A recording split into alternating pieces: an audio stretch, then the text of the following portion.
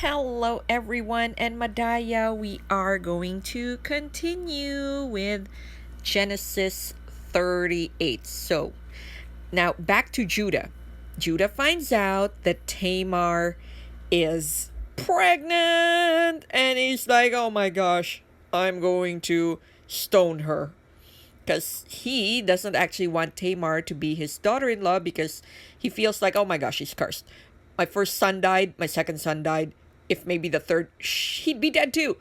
Anyway, so it came to pass, 3 months, and he's like, bring her forth. And she was bring forth. She sent to her father in law, saying, by the man whose these are, I am with child. Discern, I pray thee, whose are these? And then she brought out the signet, the bracelet, and the staff. And Judah's like, oh my gosh, it was me.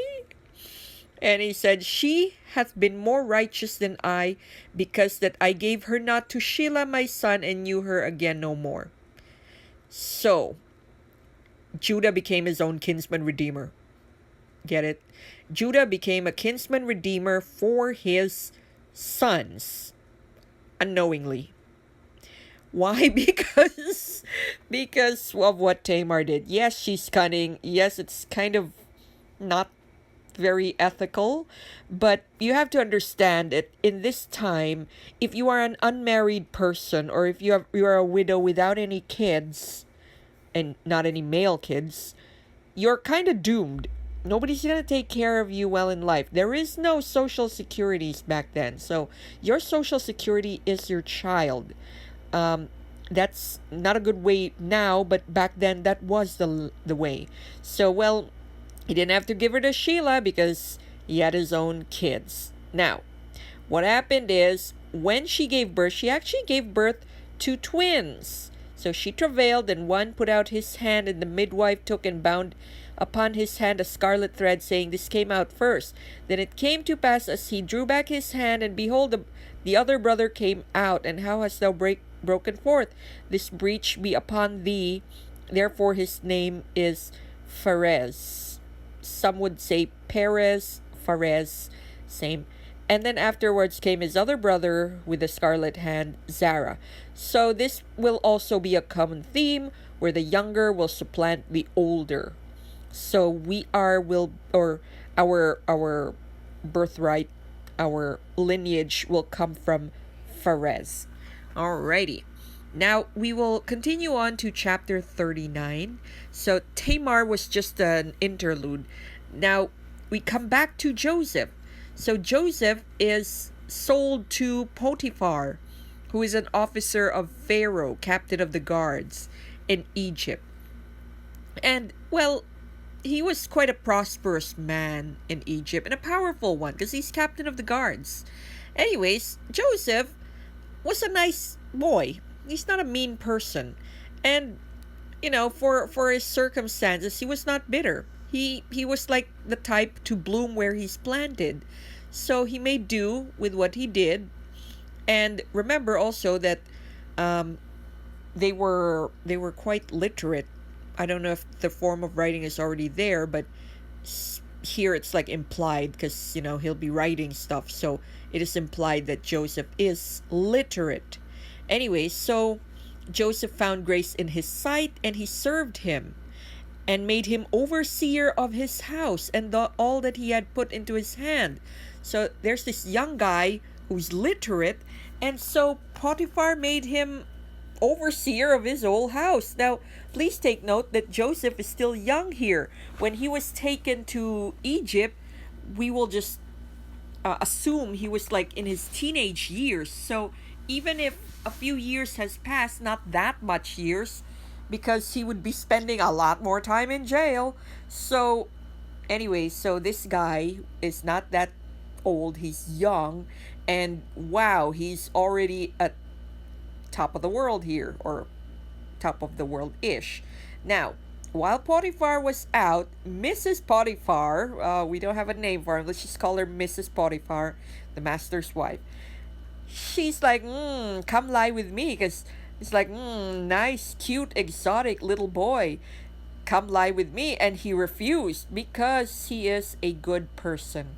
Joseph is actually a very, very nice, for some reason, person. He was never a bitter guy. I mean, if this were me, I'd be like, going crazy, going to town, doing whatever. But he's not that type. He was, see, he bloomed where he's been, and even when Potiphar came onto him, nope, not gonna do that. And she accuses him.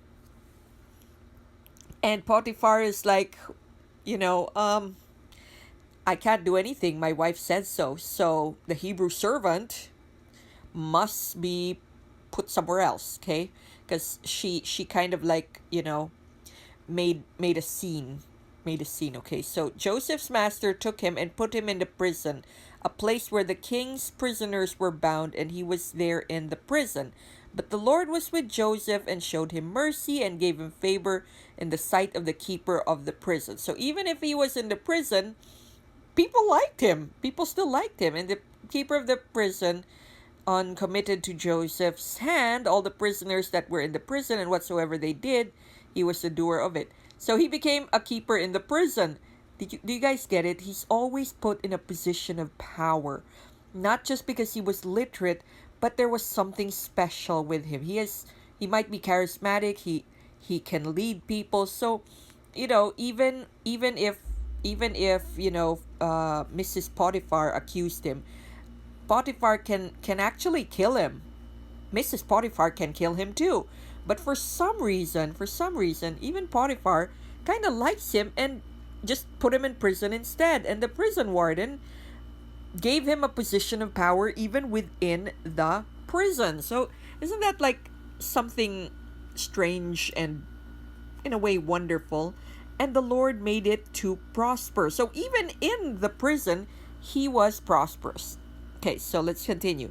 And it came to pass that things that there are the butler of the king of Egypt and his baker had offended the Lord, the king of the Egypt, and Pharaoh was wroth against these two officers and against the chief of the butlers and chief of the bakers, and threw him there. And he put them in ward in the house of the captain of the guard, into the prison where place where Joseph was. So Joseph was there. Captain of the guard charged Joseph with them. And so Joseph was there to take care of them. So he is supposed to like bring them food, but make sure they were there. But and then they had dreams. So each man had dreams one night. And each man, according to the interpretation of the dream, the butler and the baker of the king of Egypt were bound in prison. And Joseph came unto them in the morning, and behold, they were sad. So Joseph, remember he had dreams before, and they were dreaming, and so they're troubled by their dreams, and they said, we have a dream, we have dreamed a dream, and there is no interpreter of it. And Joseph said, do not interpretations belong to God? Tell me, I pray you. Because in Egypt back then, you can't just interpret a dream by yourself. You need to hire a dream interpreter. It's usually a temple priest or something like that. And they're in prison, so they can't exactly call an interpreter, so they're really very disturbed. It's one of those dreams that, has you opening your eyes in the middle of the night and you can't go to sleep again. And so Joseph said, tell me, I pray you. And he will actually ask God for help for this, and then he will interpret them. Now, we will come back to this because this is actually also interesting and kind of long. And I would like to continue this in another day. So at the moment, we are ending with chapter 40, but we will be continuing that soon. Thank you, everybody, and Madayaw.